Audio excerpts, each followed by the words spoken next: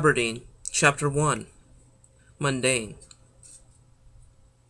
You ever wake up in the morning looking at the ceiling and wondering to yourself, where did all the time go?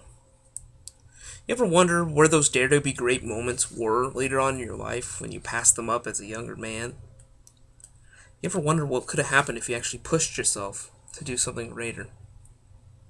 Nothing amazing happens in my life. Nothing cool happens in this town, really.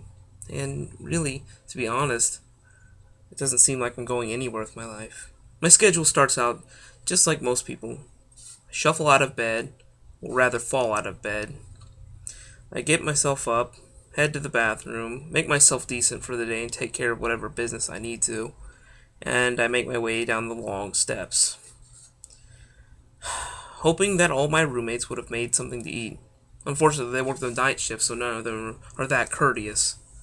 So I would make my way downstairs to get in the Reese's Puffs that most likely just had the dust left on the bottom since half of them eat it for breakfast, lunch, and dinner. Little consideration there.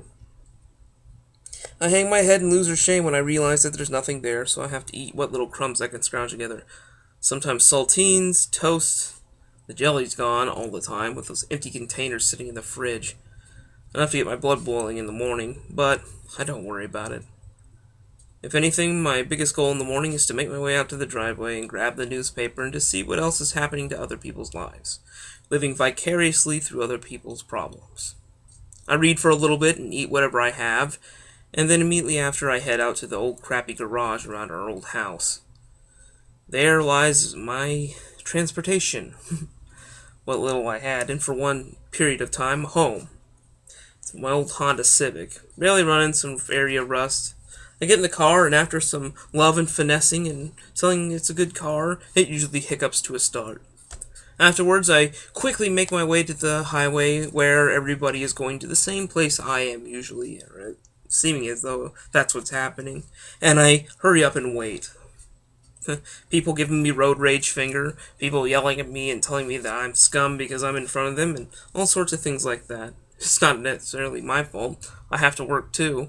But I guess in this situation, people can't see really eye to eye. I eventually get to my work with only minutes to spare after parking in the gigantic labyrinth that is the parking garage next to my company. And it is something else.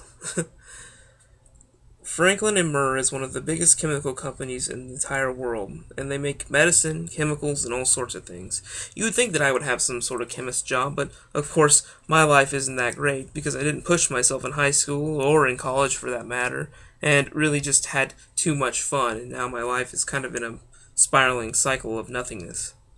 I work in the ID department, and work with scheduling and all sorts of stuff like that. Paperwork. As I make my way through the front door, I have a boss that's similar to the fella from Office Space, as in he takes advantage of everybody, literally treating us like peons. And in one unfortunate Christmas special that we had at our job, he literally peed on somebody. But if you have a hell of a lawyer like he does, and the personality of a railroad spike, you might too be able to get out of serious lawsuits and sexual harassment. Of course, he makes a six-figure salary every week, and he gets to drive a nice Ferrari to work. He seems he kissed enough ass to be able to make his way up to the top, and that's what makes his life rule, and mine suck. It starts off like most days, and of course I get my work done and I head home after a long, arduous task. But today, of all days, things were different. Of course I got up, looked at the ceiling for a little bit, and asked what the hell am I going to do with my life. Got out of bed, slid my way to the bathroom, made my way downstairs. There was no food, and all my roommates are asleep still because they work the night shift, so I had to literally eat saltine crackers with milk. Disgusting.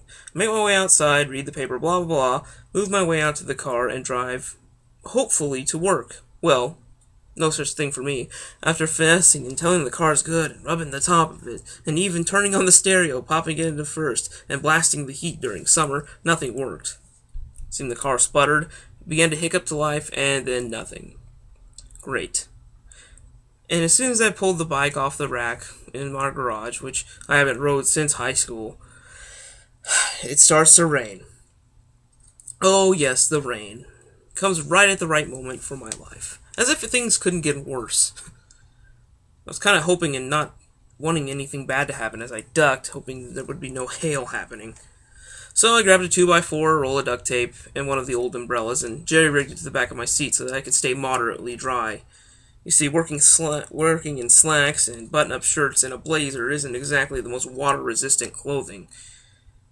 I made my way down, and the only thing that was getting wet were my pants, which I could deal with, and everything else was fairly dry. As I made my way across the bridge on the highway to get to my work, everybody else was parked, and for a minute there I kind of laughed to myself. But everybody that saw me laughing and was jealous that I was passing them on a bicycle seemed to find every puddle on the way there, so the umbrella was pretty much useless. I jumped off my bike, wanting to give that guy a piece of my mind, but time was running out. I was already starting to run late. So I quickly ripped the umbrella off, tossed it off the bridge, and made my way down the road, soaking wet. I got my way to the parking garage, and I realized they had no bicycle outlets. So I had to literally hang my head in shame as I dragged my bicycle up the 3 flights of stairs in the front of the building and make my way into a crowded elevator where, by the way, I was still soaked. And now, having a bicycle next to me, people were shooting daggers into the back of my head, and the people closest to me were getting pissed because I was soaking them with my already wet clothes. Things were going to turn out great. By the time I rushed out of the elevator, made it down the hallway to the 3rd door on the left, and started to go through, my boss stops me with a firm hand to the chest. Holding his coffee with a smug smirk on his face, he tells me of all people, that I'm late. Of course, I knew he didn't like me, and of course, a guy like that doesn't like anybody. He just uses us. He stopped and he smirked and told me that I was 5 minutes late. I asked him for a break, and he told me, I should fire you. And I was like, oh crap, here we go. I knew exactly what was coming. He told me that some people in filing had ran behind schedule as far as filing some certain documents for some sort of lawsuit that this scientist had with the company. And guess whose paperwork it really was? If you've guessed right, you'd know it was his. He was running behind and he wanted to kiss some ass by getting something done a couple weeks in advance. So, of course, I was there till about 12 o'clock at night, doing all this paperwork. An insurmountable amount of work considering that I had mine, and I wasn't getting overtime considering that I was late.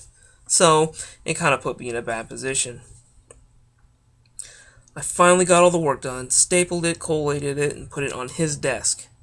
Top it off, I finally finished all mine, and I was still wet. It's like, out of all the places in the building, I still had to be soaked. I didn't dry off a bit, as a matter of fact. I was cold, I was clammy, there was no coffee in the weight room, or anything. And none of my buddies could get off work to come get me. Lame. The worst thing is when it rains, it usually gets a little cooler, and it was nighttime by now, so I had to get up, get my bicycle, and ride home. By the time I got home, my legs were chafed, they looked red and raw like Swedish fish. It sucked, too, because I was really tired, I was cold, and I wasn't feeling good. I got to my house and I noticed that there was a party going on. A couple of my friends that were supposed to be off work had just been drinking and having fun. Awesome. So I make my way up to the shower and find one of the dudes passed out. I quickly drag him out of there and try to shower off and warm up a little bit. As I come out of there, scantily clad in just a pair of running shorts and nothing else, a girl bumps into me. It's crazy. She smelled like Axe body spray. She had long pink hair, she wore a motorcycle helmet, she had a red Solo cup with what appeared to be vodka with Red Bull, and leather clothes like she just got done biking. She bumped into me and she said, "Oh, I'm sorry," and I was just like, whatever. I was so exhausted, I didn't even want to deal with anything.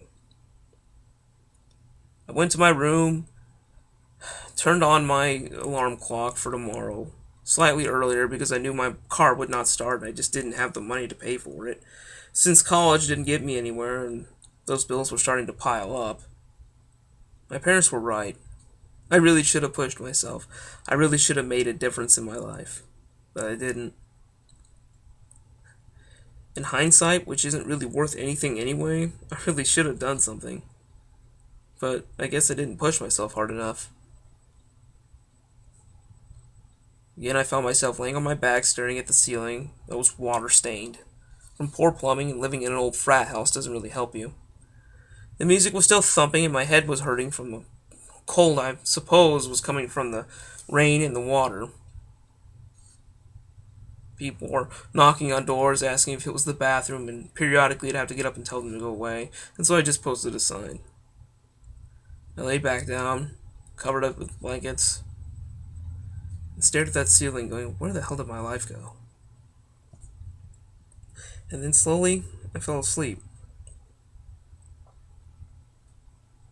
And then I just drifted off, dreaming of something better for myself, a change, because nothing exciting happens in my life. Nothing cool, at least. If there really is a God that's out there watching me, send me some excitement. Something new, something fresh. Something like in the movies. It seemed like the alarm clock went off a couple hours later. A little too soon. I looked at it and only got about 3.5 hours of sleep, and I woke up next to the girl. At first I jumped out of bed screaming. She lifts her head and looks at me with her eyes barely open, mumbling, "Why are you freaking out?" Last thing I need is to be having a booty call with some girl I barely know. Her mouth reeked of vodka and alcohol. She said she came in there and passed out. She lifted the blankets and she was barely dressed. Usually a normal guy would be like, "Hey, baby." But for me, I didn't need this in my life. Especially some chick that's scantily clothed in my bed that I don't know. God forbid she gets pregnant. Oh God, did I sleep with her? All these thoughts were going through my head all at once, and she said, "Relax.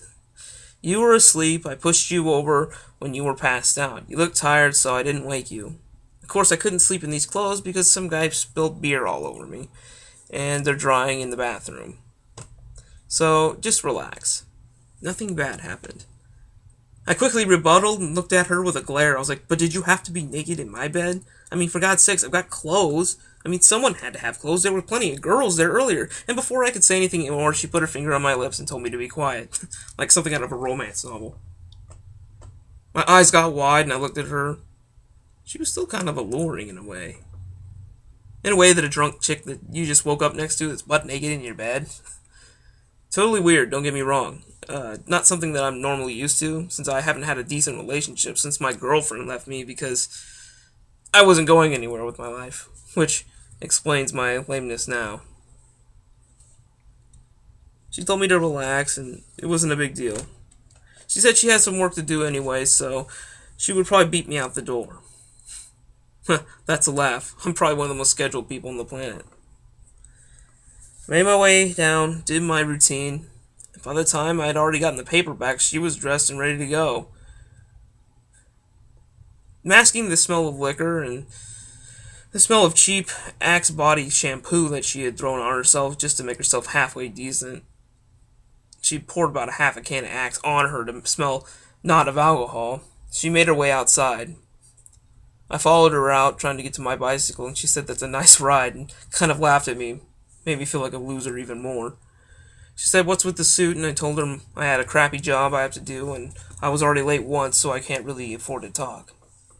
She threw me a helmet, and I caught it, just barely. She told me to hop on her motorcycle. It was parked around back.